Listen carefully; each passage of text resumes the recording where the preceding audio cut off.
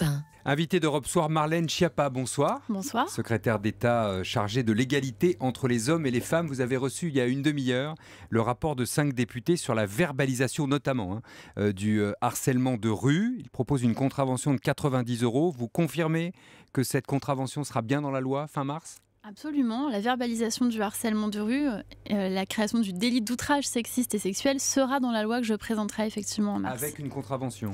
L'idée, c'est d'aller vers une contravention de classe 4, donc d'un montant de 90 à 750 € selon si elle est payée immédiatement ou après des relances par courrier. Donc autrement dit, celui qui sera pris, ou celle qui sera pris en flagrant délit, j'imagine, devra acquitter 90 € ou bien recevoir par courrier ou par procédure judiciaire. C'est exactement ça, où on paye l'amende sur place au policier ou à la policière qui vient de constater en flagrant délit l'outrage sexiste ou sexuel, ou alors on reçoit un certain nombre de relances et ça peut aller jusqu'à 750 € en tout. Qu'est-ce que vous voulez punir exactement ? Eh bien, c'est une bonne question. L'outrage sexiste et sexuel. Donc, ce sera la définition légale du harcèlement de rue, comme on l'appelle dans le langage courant. Et donc, ces 5 députés qui viennent de tous horizons politiques, qui sont dans un groupe de travail que j'ai installé il y a quelques mois, nous ont proposé une définition de l'outrage sexiste ou sexuel. Donc, c'est tous les actes qui créent des situations humiliantes, malaisantes, intimidantes pour les femmes ou les hommes au demeurant dans l'espace public. Par exemple, vous suivez pendant 4, 5, 6 rues, vous demandez à 10 reprises votre numéro de téléphone, s'approcher de vous, rentrer dans votre espace personnel, votre espace intime, vous menacer. Ce sont des choses qui peuvent être de cet ordre-là. Oui, et ça, ce sera puni comment ? Comment on va constituer cette infraction ? Alors l'idée, c'est 2 choses. Un, qui est du flagrant délit, donc que les policières et les policiers de la police de la sécurité du quotidien qui seront recrutés au nombre de 10 000, a annoncé Gérard Collomb, puissent avoir dans ses missions, parmi ses priorités, la verbalisation. Et la deuxième chose, c'est que moi, mon but, c'est pas de mettre le plus d'amendes possible, c'est d'avoir le moins de harcèlement de rue possible. Donc je crois vraiment qu'on peut avoir un changement des mentalités, un changement des comportements et qu'on comprenne que c'est interdit d'intimider, de suivre, de harceler les femmes dans l'espace public. Dans ce que vous me dites, je dois comprendre que tous les policiers ne seront pas amenés à verbaliser, seulement cette police du quotidien ? Alors ça va être en arbitrage du côté du ministre de l'Intérieur, Gérard Collomb, qui va... Je vous dis ça parce que les policiers râlent déjà, disent que ce sera très compliqué en vérité à mettre en œuvre. Je crois pas qu'ils râlent, je pense qu'il y a eu effectivement un syndicat de policiers au tout début, lorsque le président de la République l'a annoncé en lançant la grande cause du quinquennat le 25 novembre, qui s'est interrogé.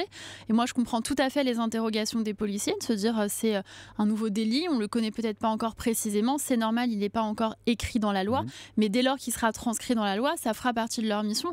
Moi, je crois que la police a à cœur de protéger la population, de protéger les femmes, et que parfois, elle peut être démunie aussi. Donc là, elle aura un outil justement pour protéger ces femmes efficacement. Donc ces femmes, ou encore une fois ces hommes, ça peut arriver aussi. Vous avez raison de le rappeler. Ces femmes, si elles sont objet de ce comportement-là, qui est devenu donc contraventionnel, pas délictuel, elles peuvent aller chercher un policier et dire « il me suit, alors, l'idée, c'est il m'a parlé, il m'a bousculé, il a pénétrer mon espace vital, comme vous l'avez dit tout à l'heure. Voilà, l'idée, c'est qu'on soit sur du flagrant délit, parce que sinon, on est parole donc contre parole. Donc, c'est pas sur du témoignage. En Belgique, c'est pas sur du témoignage. En Belgique, il y avait une loi qui a été votée avec la possibilité d'aller déposer des plaintes. On observe que c'est inopérant, parce que la plupart des femmes ne vont pas dans un commissariat déposer plainte pour du harcèlement de rue. Donc là, l'idée, c'est justement d'avoir un outil le plus pratique possible. Et le président de la République, comme le ministre de l'Intérieur, ont indiqué que cette police, elle sera déployée aux abords, notamment des points névralgiques, des gares, des grands centres de RER, de métro, etc. Parce qu'on sait qu'aux abords des transports, il peut y avoir également ces phénomènes de harcèlement de rue. Est-ce que vous ne faites pas du symbole avant tout ? On fait aussi du symbole, mais pas uniquement. Mais je l'assume, on fait d'une part une loi qui sera applicable avec véritablement des amendes, et on le verra au bout de quelques mois d'application. Mais on sera vigilant à ça, parce qu'il y a beaucoup de contraventions qui n'ont pas été appliquées. Je vous donne un exemple, ça n'a rien à voir, pardon. Je passe vraiment du coq à l'âne. 2007, il y a une loi qui passe qui prévoit de punir le fait de fumer dans un lieu public, 67 €. Pratiquement pas de contravention rédigée. On voit des gens fumer dans les lieux publics sans cesse. Vous faites bien de faire la comparaison. Moi, je compare avec l'amende. Vous savez, si vous écrasez votre mégot dans la rue, normalement, vous pouvez avoir une amende. Et à partir du moment où on connaît quelqu'un qui a eu une amende pour cela, je crois que ça peut avoir une valeur dissuasive. Et enfin, je voudrais dire que dans le débat public, on n'a jamais autant parlé du harcèlement de rue que depuis qu'on a annoncé qu'il y aura une loi contre le harcèlement de rue. Donc, je crois que ça a aussi une vertu dans le débat public de redéfinir les comportements acceptables ou inacceptables. Donc, vous demanderez à Gérard Collomb, le ministre de l'Intérieur, de faire appliquer sévèrement, en tout cas dans les premiers temps. Il y est très très attaché lui-même. Oui.